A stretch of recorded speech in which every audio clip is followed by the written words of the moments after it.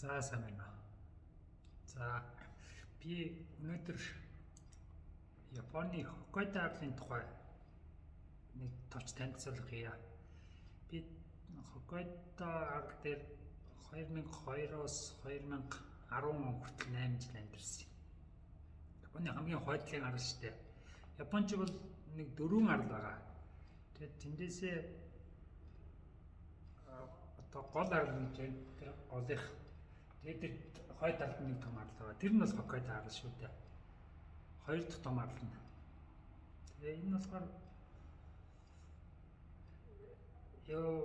хойдолтой учраас сэрүүн уур амьсгалтай болж таарна. Бусад арлын хотуудыгаа бодох юм бол за хүн ам нь бол 5 сая хүнтэй.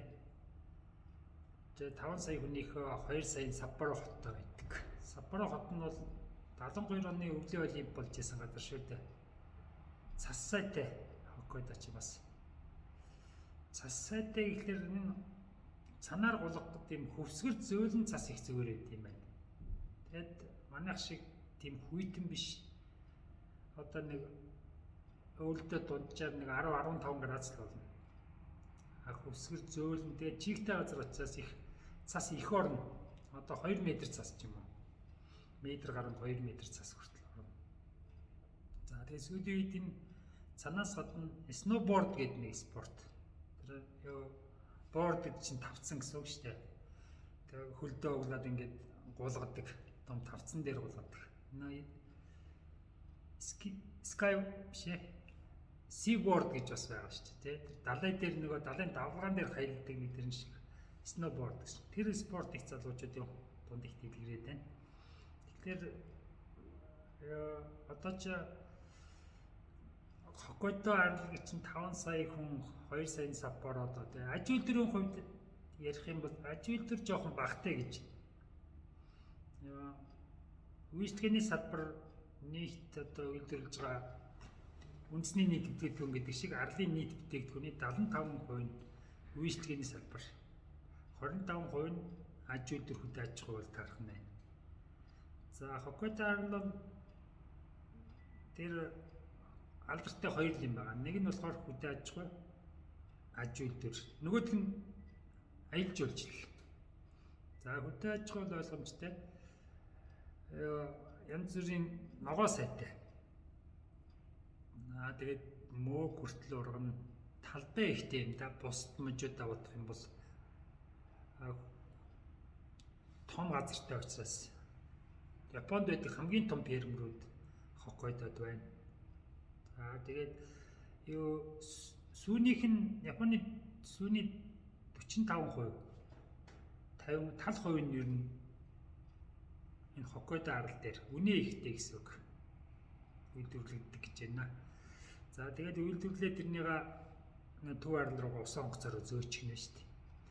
Японы ерөнхий бас хамгийн давуу тал бол далай дотроо учраас тээврийн асуудал том их хэмжээний ачааг бол далайн тээвэр бол дэлхийн хамгийн хямд тээвэр учраас далайгаар ингээд арлуудынхаа хооронд зөөчих боломжтой, гадагш дотгошнд зөөчих боломжтой.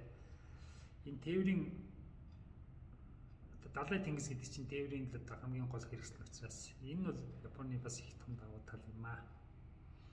За Саппоро хот 1869 он хүртэл тусдаа Япон хүн амьдардаггүй Айну гэж хүмүүс амьдардаг тийм тусдаа арал байсан.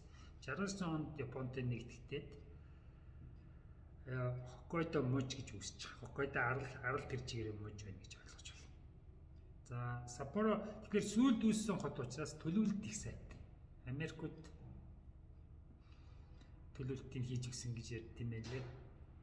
Маш нарийн төлөвлөж одоо яг шугам тавьж байгаа зурцсан юм шиг. Удамжуудын маш анхнаас нь зүүх хийсэн. За эртний тэр хотууд Токио ч юм уу, Осака ч юм уу хүмүүс мэдж очсон хүмүүс бол харсан байх. Удмууд бол маш нарийнхан байгаа шүү дээ том хотууд. Бүр анхнаасаа байцсан бүх газраа ингэж хуваарлцсан байдаг учраас сүүлдэн төлөвлөлтийг хийхэд маш хэцүү ер нь чаддаггүй юм байна л да. Яг гоёор хийхэд. Тэгээд манай Улаанбаатар хотын ч гэсэн Саппоро хот руу очиж ирсэн бас хот төлөвлөлтийг нь бас сурах юм бол их байгаа гэж ярьдаг. Тэгээ манай Улаанбаатартай бас нэлээд сайн харилцаатай хотын захиргаатай ийм хот байна. За тэгээд би эдийн засгийн тухай ярьсан. За хөдөө аж ахуй бол тийм. Бас нэг сонирхолтой юм болохоор адууны аж ахуйнууд их байгаа. Одоо тэр адуу уралдааны морь гэдэг чинь ерөнхийдөө томчуудын баячуудын бизнес шүү дээ. Тийм адууны аж ахуйгаа одоо тэр төв арлын гол хүмүүс чинь баян тийм морь сонирхдаг хүмүүс адууны аж ахуйн бол Хоккайдо арал дээр байдаг. Дээхэн үеднээс хойш Монгол залуучууд бас адуучид зөв хэмжээгээр бас тэнд ажиллаж байсан тийм газар юм аа. Би хөдөө аж ахуйн тухай ярьлаа. Одоо аялал жуулчлалын тухай ярих гэх юм бол аялал жуулчлал бол үндсэндээ Хоккайдогийн гол бүтээгдэхүүн. Тэр үйлчлэгээний салбар гэдэг аялал жуулчлал тэрнийг дагсан хоол, зочдууд бүх зүйлүүд орно. Энэ нь болохоор аялал жуулчлал гэхэлэр гол аялал жуулчлал нь бол дотоодын аялагчид. Түрүүн би хэлсэн хойшоо учраас арай сэрүүндээ орно, харьцангуй сэрүү. Урд арлууд бол Монгол хүн жишээлбэл байхад маш төвөгтэй зуны цагт маш халуун байдаг. Бөхчим халуун. Жинхэнэ халуун орны одоо зүүн өмнөд Аз тэгээд энэ халуун орны жинхэнэ бөхчим бөгөөд халуун. Чиглэг халуун юм да. Тэгэхээр тэр үед бол урд арлынхан Хоккайдогоо бас нэг хэд хоног гэсэн амархаа ирдэг. Арай сэрүү, харьцангуй сэрүү зуны цагт. За сэрүүн гэдэг нь юу гэж байгаа юм гэхээр өвөл хас гаргантаа зун бол нэг нэмэх 30 35 ч хүрнэ. Тэгэхдээ урд арлуудаа бол сэрүүн учраас хүмүүс ирж амарна. Дээрээс нь хоол сайтай далайгаар хөрвүүлэгдсэн загас сайтай юм да. Загас сайтай гэж хэлдэг. Байгаль нь бас урд арлуудаас арай өөр. Байгаль сайтай, загас сайтай, үйлчлэгээ сайтай болохоор хүмүүс ирж их зун амарна. Тэгээд зүүн өмнөд Азийн орнууд бол сүүлийн үед маш их ирж байгаа. Сүүлийн 10 жилд юм да. Маш их ирж байгаа аяллаар. За үйл зунгүй ирж байгаа. Зун болохоор бас харьцангуй сэрүүн байгаль сайтай учраас тэгээд хоол гэдэг чинь аялал жуулчлалын гол бүтээгдэхүүн байна шүү дээ. Хоол үйлчлэгээ. За би дээхэн үед нэг уншиж ирсэн дэлхийн аялал жуулчлалын 90% нь Европоос Америкаас Европын хооронд байдаг гэж. Тэгээд та бүгд бодоод үзэлтэй ямар хүн аялал жуулчлал хийдэг вэ гэхээр мэдээж боломжийн мөнгөтэй хүн яаж тэ. Тэгэхээр боломжтой мөнгөтэй хүмүүс хаана вэ дэлхийд гэхдээ зэрэг мэдээж Европтой байна, Америктай байна. Тэгээд дээрэс нь Европ, Америк хоёр чинь соёл нь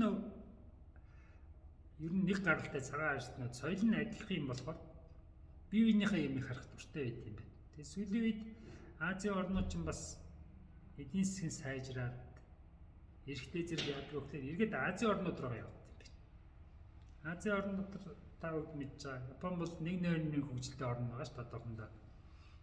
Хамгийн өндөр бүтээмжтэй. Тэгэхээр Япон руугаа очт юм байна. Япон эргээд Хятад руугаа очно. Хятад руугаа очихоос яах юм? Хятад үндсэн соёл бүх юм Хятадаас авсан юм чи.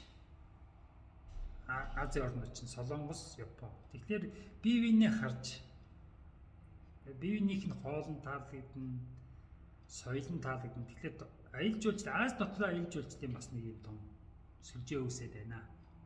За тэндээс хамгийн их хожиж байгаа улс бол мэдээж Япон. За тэгээд энэ коронавигийн 2-3 жил бас бүгд мэдж байгаа энэ аялал жуулчлалын салбар бол хамгийн хүчтэй цохилтонд орсон салбар байгаа. За тэгээд эцэст нь би Монголтой холбоотой юм бас нэг юм хэлэх гээд байна. Тэгэхээр юу юм монголчууд бол хойд нутгийн хавар гэдэг нэг Японд байгаа шүү дээ. Китагүний нөө харав гэж. Энэ Хоккайдо мужийг дуулсан. Бас Азийн орнууд жишээлбэл караоке гэдэг чинь Японоос үүссэн тийм соёл байгаа шүү дээ. Тэгэхээр энэ дууны соёл бас манайхтай төстэй юм нэгт. Ялангуяа настай хүмүүс Японд их дуун дуртай. Тэгээ караокед ороод дуулж байдаг. Монгол ч гэсэн караоке бас нэлийн сайн байгаа нь тэр Аз соёлтой холбоотой юм да. За Чингис хаан гэж Саппород Хоккайдод очиж үзвэл заавал монгол хүн ичээд үзэх ёстой. Хоньны шарсан махтай тийм хоол. Энэ нь яаж үүссэн гэж ярихлаар тэд нар хүмүүсийн ярьж байгаагаар бол зун болохоор ч хавар болоход л юм да. Хавар болох ч их сайхан гадаа агаар салхи сайтай болохоор хүмүүс нь гараад одоо модонд ороо суугаад маха шарж идэн сакурага харна. Маха тэр шарж идэх хоол нь болохоор Чингис хаан юм. Хоньны мах Японч мах ер нь баг иддэг газар ер нь 45 он хүртэл баг огт мах иддэггүй шахуу хүмүүс олон байсан. Махаа юугаар орлуулдаггүй загсаар орлуулдаг. Тэгээд дайнаас хойш эдийн засгийн сайжраад Америкийн ч нөлөө ихсээд ер нь үхрийн мах тэгээд хоньны мах орж ирсэн. За тэгээд Хоккайдод бол хоньны махаараа юу хийх вэ гэж яг тэр мах нь орж ирэхдээ нөгөө ямар хоол хийх вэ гэдэг асуудал болоод бодож олсон хоол нь Чингис хаан юм бэл. Яг төмөр дээр мах шараад ногоотойгоо идэх гэсэн үг те. Ганц хоёр ногоо хажуудан тавиал. Тэгээд тэрнийгээ юу гэж тайлбарлаж яах вэ гэхээр Чингис хааны цэргүүд одоо төмөр малгайд юм дуулга юу би дуулга малгайд юм да би. Тэрнийгээ хөдөө тавиад одоо гал дээрээ тавиад тэрэн дээр махаа шарж иддэг байсан гэж. Тийм. Тэгээд ингэ Чингис хааны хоол гэсэн. Тийм утгатай юм ярьдیں۔ Үүсэн түүх. За тэгээд монголчуудтай бас Хоккайдогийнхан бас нэлийн холбогдох байдал яриад монголчууд гэсэн Хоккайдод их дуртай. Яагаад гэх юм бол цагаагаар жоохон төстэй. За энэ дээр юун дээр хамтрийгээд байгаа вэ гэхтэй зэрэг хөдөө аж ахуй, зам барилга энэ салбарт ажиллая гэж байна. Хөдөө аж ахуйд мэдээж тэр нөө тарьдаг юмнуудаа манайхан зааж өгөх сонирхолтой. Манайхан ч гэсэн бас тэрний нөгөө нь авчвал зүгээр. За хоёр дахь нь болохоор зам барилга дээр яг хүйтэн газрын технологи гэж байна. Зам барилга дээр яг юм хүйтэн нөхцөлд хөлдөг нөхцөлд замыг яаж тавих вэ, барилгыг яаж тавих вэ гэдгийг бол Хоккайдогийнхан сайн мэдж байгаа. Тэр туршлагаа бас манайхан тавих болцох хүсэлтэй байдаг. За хөдөө аж ахуй манай хөдөө аж ахуй сургууль бол Хоккайдод алдартай Хоккайдо их сургууль, Обихиро их сургууль гэж. Ер нь Японд дээр алдартай гайгүй сургуулиуд ч манай хөдөө аж ахуйн сургууль их сайн харилцаатай байгаа. За тэгээ ямар юу төсөл хэрэгжүүлж яах гэхээр хүнсний ногооны зойр гэж төсөл хэрэгжүүлж байгаа. Сонгины үр гэдэг бас сэрүүн нөхцөл тохирсон сонгорын сайн үртэй болсон. Ийм хоёр төслийг хэрэгжүүлж байна. Хоккайдо мужи манайхантай. Японы JICA гэж нөө тусламжийн байгууллага хүртэл бас энэнийг дэмжиж ингэ явж байгаа. За бас нэг манайхны сонирхдаг юм нь болохоор манай ажилчин залуучууд Японд үсүүд их явж байгаа. Хоккайдогийн компаниуд Монгол залуу авах дуртай. Мэдээж хүйтэн төсвөртэй учраас гадаа ажиллахдаа юм хэлэхгүй. Тэгээ манайхан ч бас барилга дээр их ажиллах дуртай. Үйлдвэр дотор ажиллах чинь бас их хязгаарлагдмал яг робот маягийн бас ажил нарыг хөнгөвтөрч гэсэн их уйдгартай ч гэдэг юм уу баригдмал байдаг. Манай залуучууд гадаа ажиллаад барилга дээр ажиллана. Ажил нь жоохон хүн ч гэсэн үнэлгээ өндөр. Араа эрхчлөөтэй байд юм шиг. Тэгээд Японоос бас хуучин машин оруулж байгаа манайхан мэдж байгаа. Тэрэн дотор Хоккайдогийн машинууд бас байгаа. Тэр нь болохоор өвлийн бас нэмэлт тоноглолттой гэж. Тийм машинууд бас манайх руу хаяа орж ирээд байгаа. Тэгээ энэнийг бас илүү оруулъя гэж бас энэ бизнесийн хүмүүс ярьд юм байна лээ. Нэгэнт Хоккайдогоос хуучирсан машиныг төв арал руу аваачлаа гэдэг банк зунаараа байдаг газар чи өвлийнхэн дээр нэмэлт тоноглол нь ямар ч ашиггүй байх гэсэн үг шүү дээ. За тэгээд энэ дээрх тэр Хоккайдо Монголын ажлуудыг харж байгаа бас нэг санагдсан юм болохоор ихэнх нь Япон талаас одоо тэр JICA-гийн төсөлж гисэн энэ дээд сургуулиудын харьцаач гэсэн дандаа Япон талын санаачлагаар явж байгаа мó гэсэн бодол байна. Тэгэхээр манайхан илүү одоо өөрсдөө идэвхтэй ажиллах хэрэгтэй байна. Гэхдээ энэ жишээлгээд юу юм гэхтэй зэрэг Хоккайдотой ажиллах юм бол ноос ноолрон бүтээгдэхүүн хүйтэн газар хэмжээ харьцангуй. Тэрнийгээ илүү зарж гэдэг юм уу? Бидний зүгээс японочдод юугаар яаж болох вэ гэсэн тийм бас нэг юм хэрэгтэй. Өөрсдийн бодол, өөрсдийн санаачлах. Гэтэ энэнийг бол жишээлгээд